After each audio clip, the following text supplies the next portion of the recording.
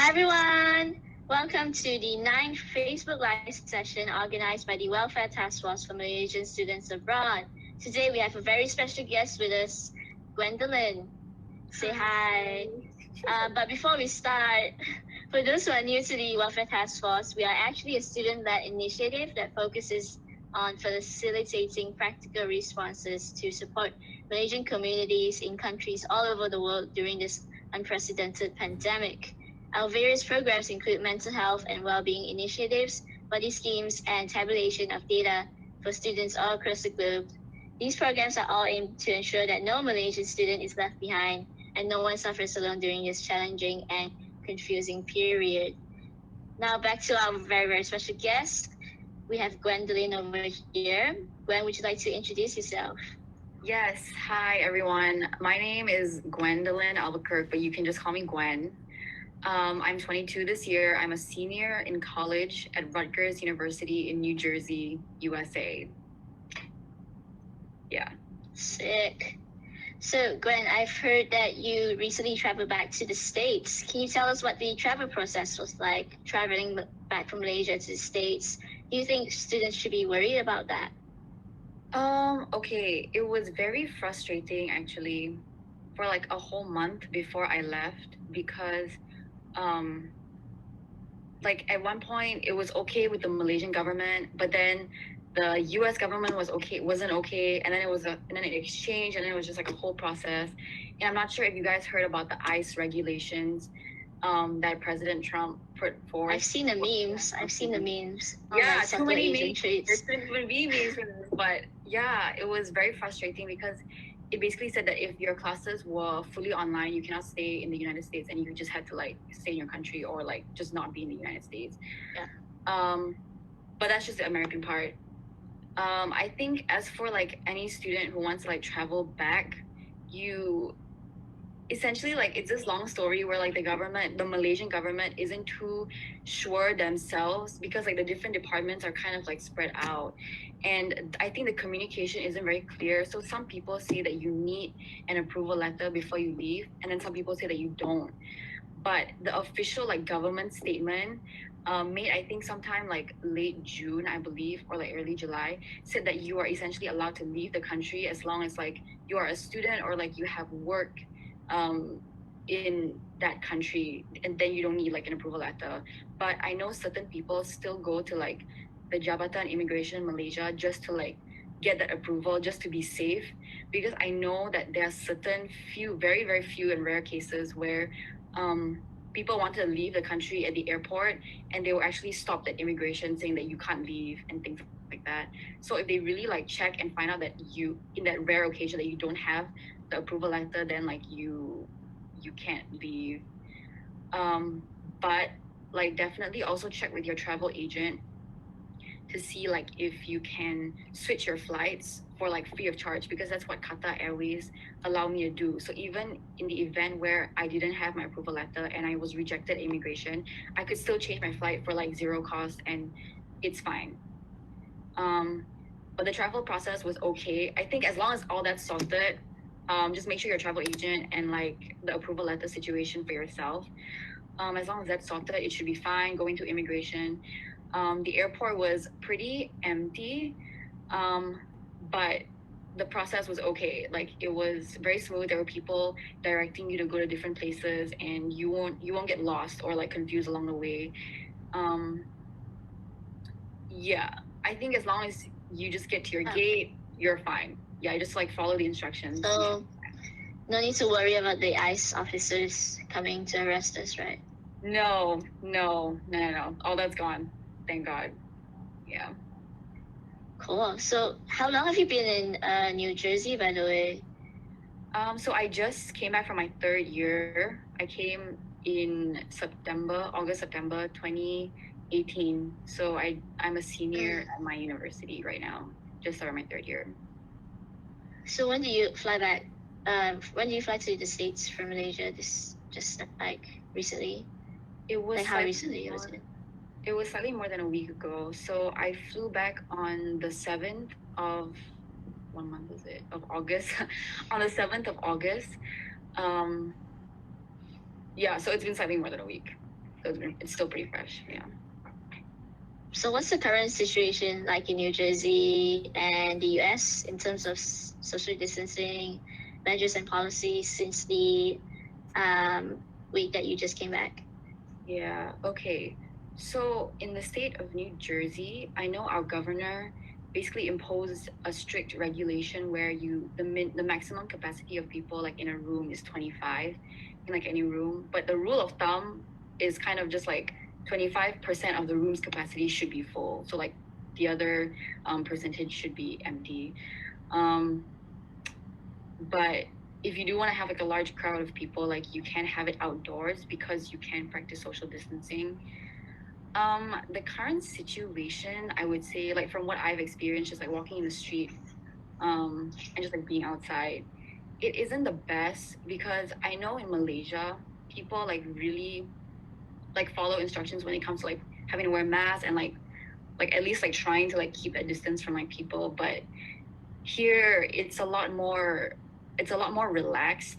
So I would like go down the street and I would see like many people like not wearing their masks and just kind of like going about their day. And it's a bit discouraging because like you also just want to be safe and you want to keep other people safe as well. But yeah, definitely room for improvement where like people could wear their masks. I do see people practicing social distancing though, kind of more so than like wearing masks. Yeah, they do keep their distance. Okay. Yeah. That's cool. I mean, sometimes like I feel like we hear about it a lot, like online and even on TikTok, that like people get into fights because like some people weren't wearing like their masks and then all hell breaks loose. But yeah, glad. Well, I'm not glad that people are not following, but yeah, glad to hear that. Next question: would you be able to get tested in the States? Yes. So there are several tests that you can take.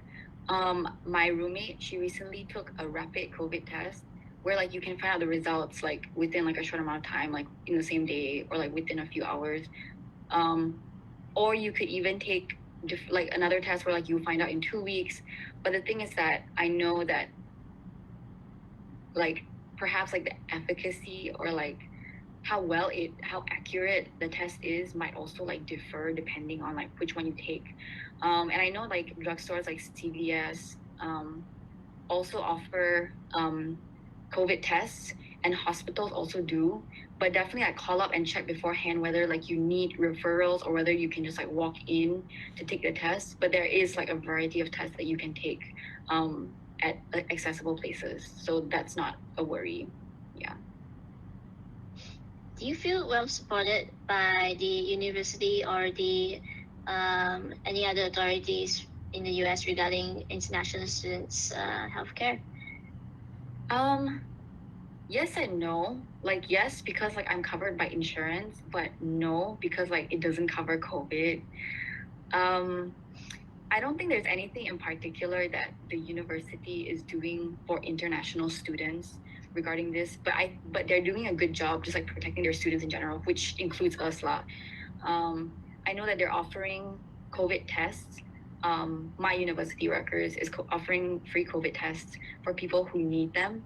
So if you just like make an appointment or show that you like there is a reason why you need it, say for example, like if I want to start like my volunteer work here, and I just let them know, they would give it to me. But in terms of being supported, they definitely like make an effort to make sure that you are okay, by sending out like mass emails and everything, but to like international students in particular, which is nice because you know they're kind of thinking of you. But I think there's only so much you can do also as a university because you're not like there, like on campus itself.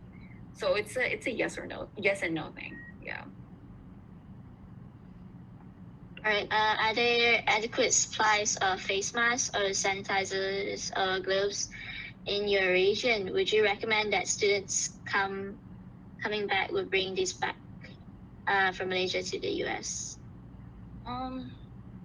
So I brought back a lot, like 2 boxes of face masks because my mom wanted me to.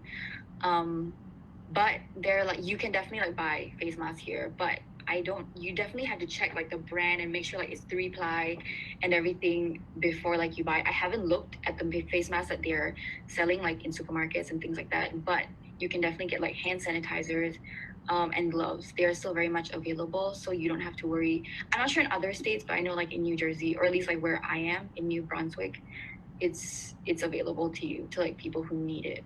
So I wouldn't recommend like bringing back hand sanitizers, but if you do have space, like why not? It's probably cheaper in Malaysia as well. I think same goes for masks. Like if it's cheaper in Malaysia, just go for it. Okay. One more question. Would you recommend students to travel to the US in these few months? I understand that semester's going to start soon. So would you recommend it? Honestly, no.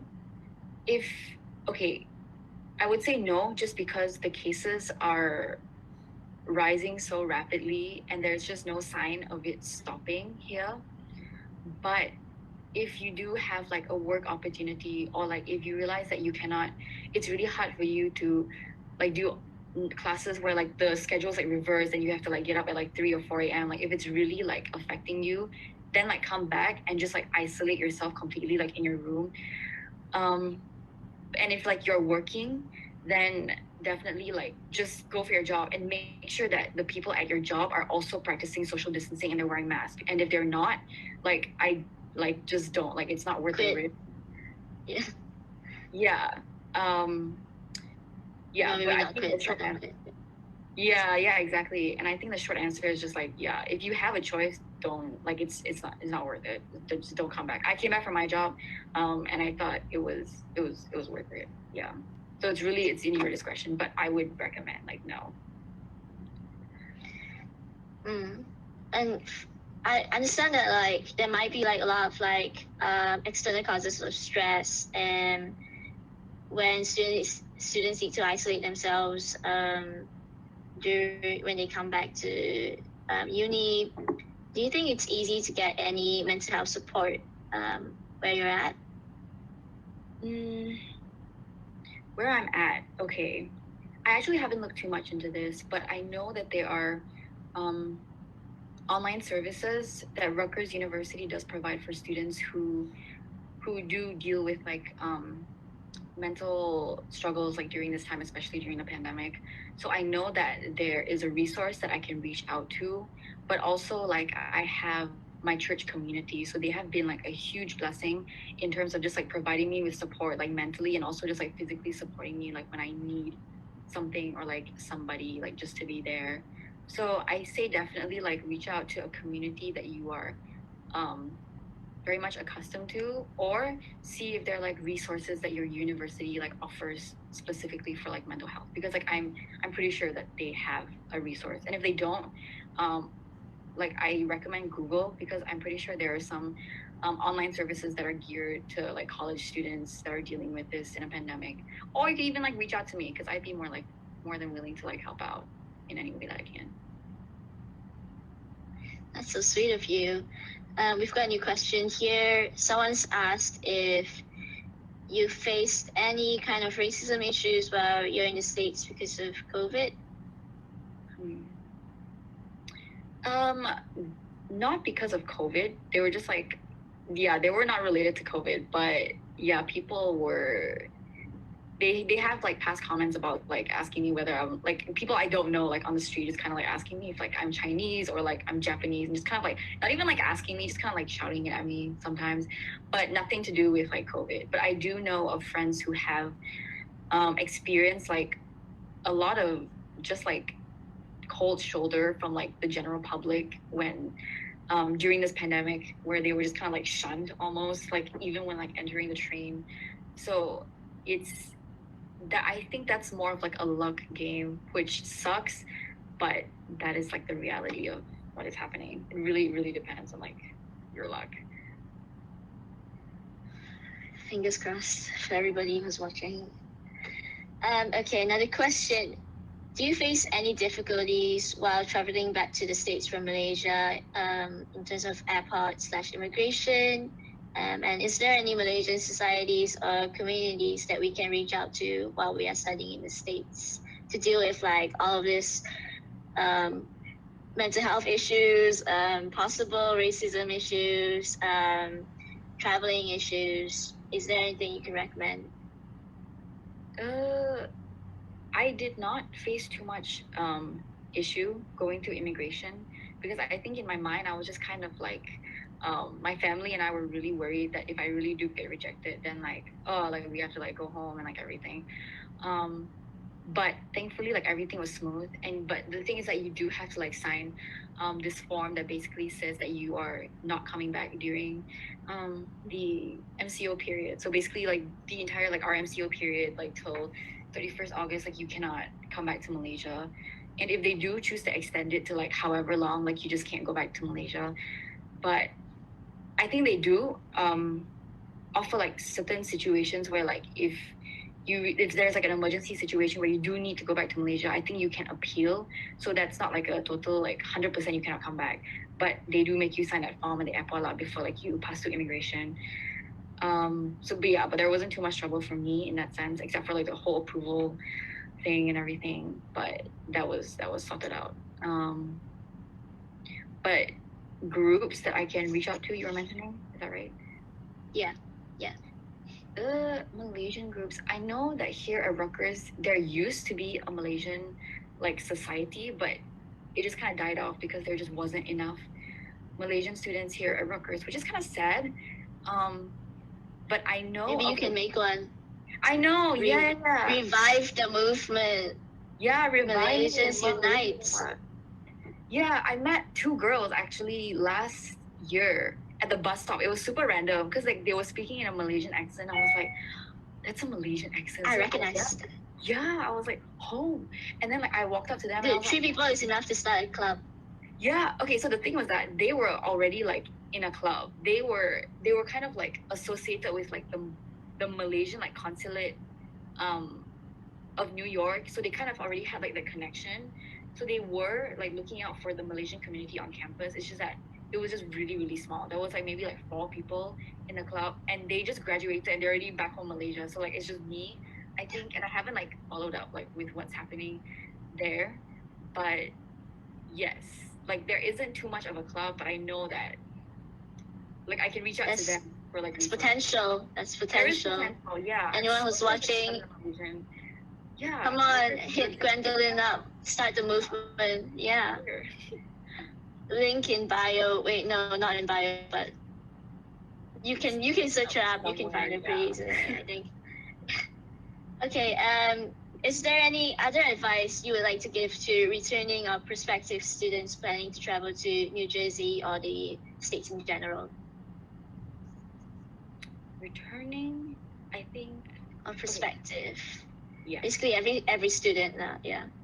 Okay, if you're like totally set on coming back to the United States, like don't be too worried, because like honestly, the media is hyping up a lot of the situation like in the United States.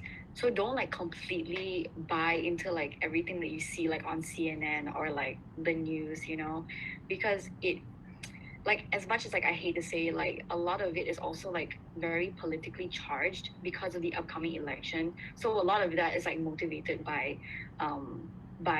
the virus. Also, like a lot is just like happening in the news. So I would say just kind of like detaching from the news and just like having a more like objective like just perception on what is happening in the United States. So just like look at which city you're going to and see like, look at the numbers and like the death rate, and also just like the infectious rate for your age, which I know for college students is not too high. So like don't be too worried, because yeah, the media does have like this ability to like hype up a lot of things. Don't be too worried, but also you have to like make sure that you're taking the proper precautions, like bringing hand sanitizer like on your trip, like have it like in your bag to just use it whenever like you come out of the bathroom, like even after you wash your hands or whatever. Definitely wear your face mask like the entire trip. And the thing is that like when I flew with Qatar Airways, they actually like gave me a face shield that I had to wear like throughout the entire flight, which was kind of like a hassle, but I knew that I was being protected, so it was worth it. Bring that and your face mask, like bring more than one to just like change out of it, because like it can get pretty stale like after a while. Just make sure you're well equipped, and when you come home, I know Malaysia is like on that list where like it's not like the cases are low enough where like apparently like we don't have to quarantine for 2 weeks when we come to like another country, but then there are people like here like or in the country or in the city that you're going to where they might have the virus. So definitely just like be like on high alert about that, and just practice social distancing and just wear your mask like all the time, because I know that there's this one case in Virginia, like in the United States, where these two hairstylists, they actually had coronavirus and they were operating a hair salon, and they came in contact with 130 something people. But because they were wearing their masks and they were practicing social distancing, none of their customers contracted the virus. So I think that's just like a testament to show that just wear your face mask and practice social distancing, and definitely just like, all the same things, like change out of your clothes when you come back and like shower, do all that things, like, and you should be fine. Definitely don't stress too much about like, oh, like I think I have the virus or I might get it. I recommend to also just like get tested if you can, 2 weeks after you get back, just to like make sure, and if you're living with roommates, kind of just like give them that peace of mind once you're back. Yes, so just like take away, don't be too worried, but also just practice all the precautions and you should be fine. Yeah. Play it safe, be a responsible person, basically.